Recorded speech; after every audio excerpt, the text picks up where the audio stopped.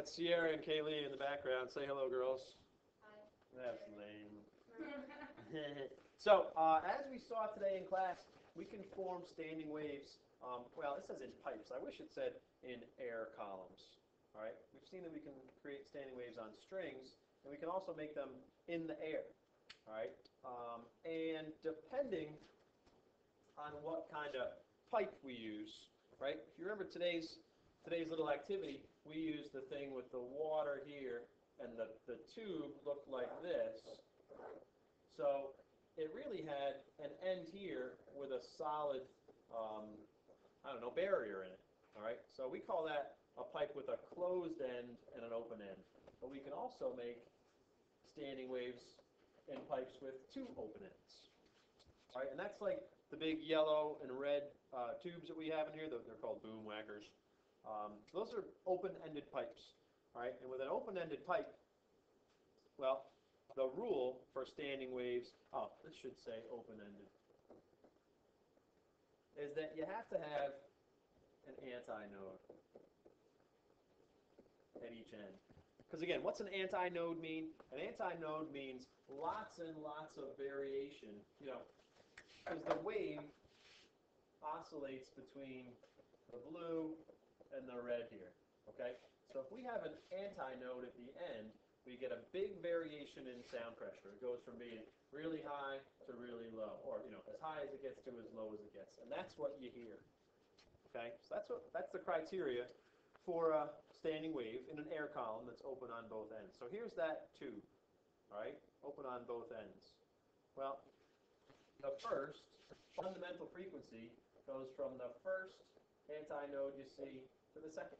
So that looks sort of like this, a half a wave. Okay, that's our fundamental frequency. And here we say that L is half a wavelength. Right? The next one is that we go from here to, to here. Here's our next, we already been to this one, so we go from here to that.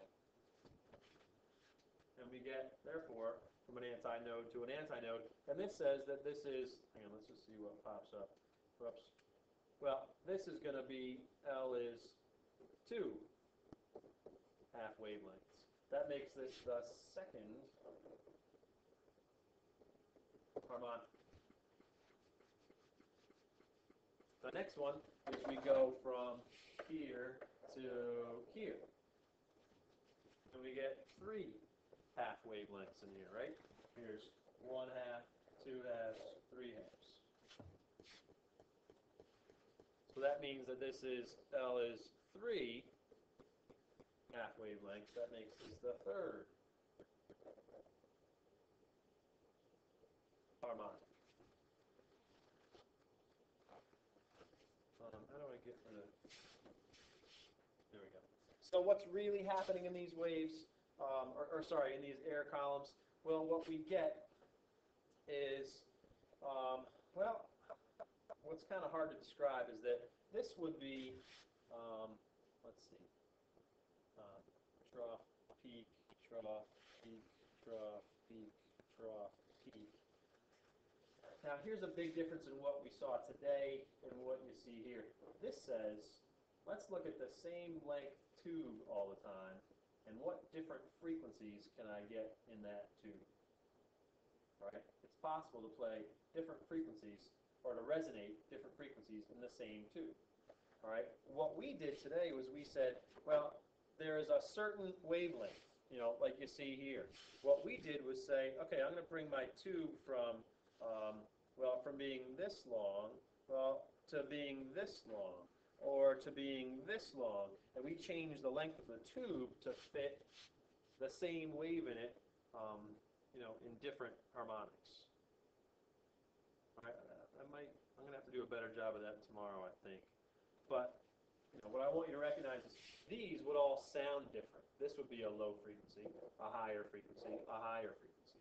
When we did our thing today, we heard the same exact frequency every time because the tuning fork makes the frequency that it makes. We adjusted the length of the tube to accommodate the wave at different lengths. Okay? So you notice that this looks a lot like string. right? With string, we fit half wavelengths in there. The difference, of course, is here. For an open-ended tube, air column thing, we need antinodes at each end, where for a string, we need nodes at each end. Got me so far, Kalia? Yeah. Good. Oh yeah, there's that too. Now we're going to say, what if we had a pipe like we had in the demonstration we did today with an end that's what we call closed? Right? Well, the rule for that is that you have to have a node at the closed end and an antinode at the opening. So here's our tube. Notice, closed end there on the left. We need a node there. That means we can start here. Here's a node. And where's the first antinode? Well, it's right there.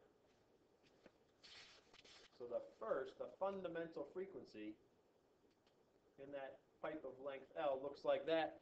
Now this time, notice, that length is only a quarter of a wavelength.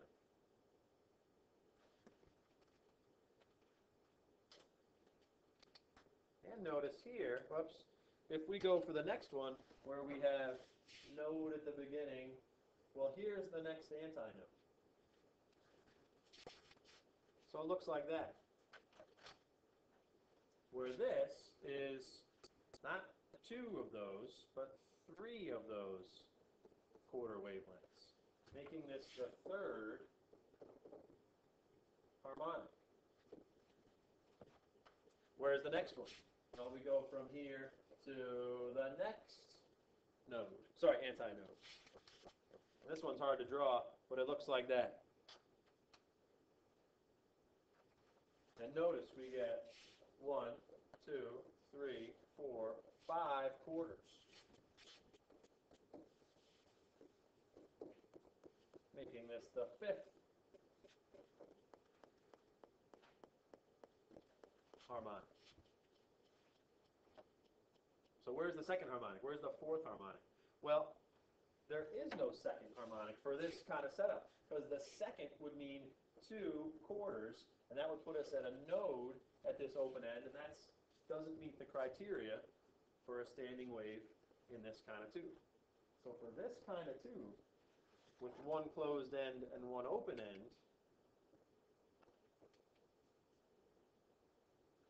for closed-ended pipes, you only are allowed the odd harmonics.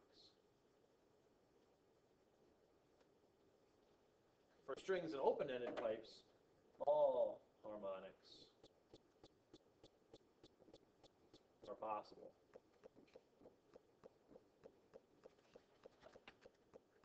Okay? These air column ones are typically simpler than the string ones, because the string ones have this whole thing going like this down, T over M over L, right, with the speed of the wave, blah, blah, blah. Well, in these ones, the speed of the wave depends on the stuff that the wave travels through, which sure is why we do, don't write this down, T over M over L for a string, because a string can have different tension and different mass, linear density and all that. Well, for these, this stuff is just air in here. And V sound in air is about 340 meters per second. Depends on temperature. But we'll use, you've already seen probably 343 a couple of times. You'll typically use something like that. All right, so you eliminate that whole step of having to find the speed of the wave in the string. The speed of sound in air just is this given quantity, or somewhere very close to that. That's usually told to you. Okay, so it makes these problems a little bit easier. Okay? Yeah, that's a good start, I think. Right, Kalia? Yep. Nodding her head encouragingly. And yeah, because next is image formation stuff. Good, good. So we're good to go here, folks. I'll see you tomorrow. See you.